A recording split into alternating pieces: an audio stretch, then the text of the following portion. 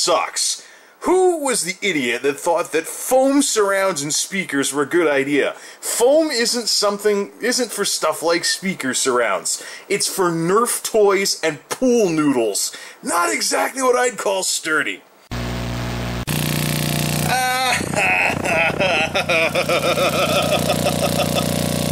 Remember how I said 30 hertz was this thing's worst nightmare?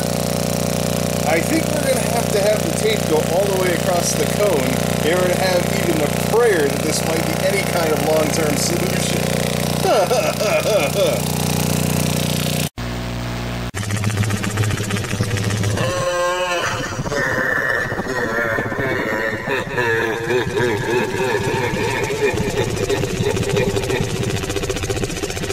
Remember how I said 30 hertz was this thing's worst nightmare?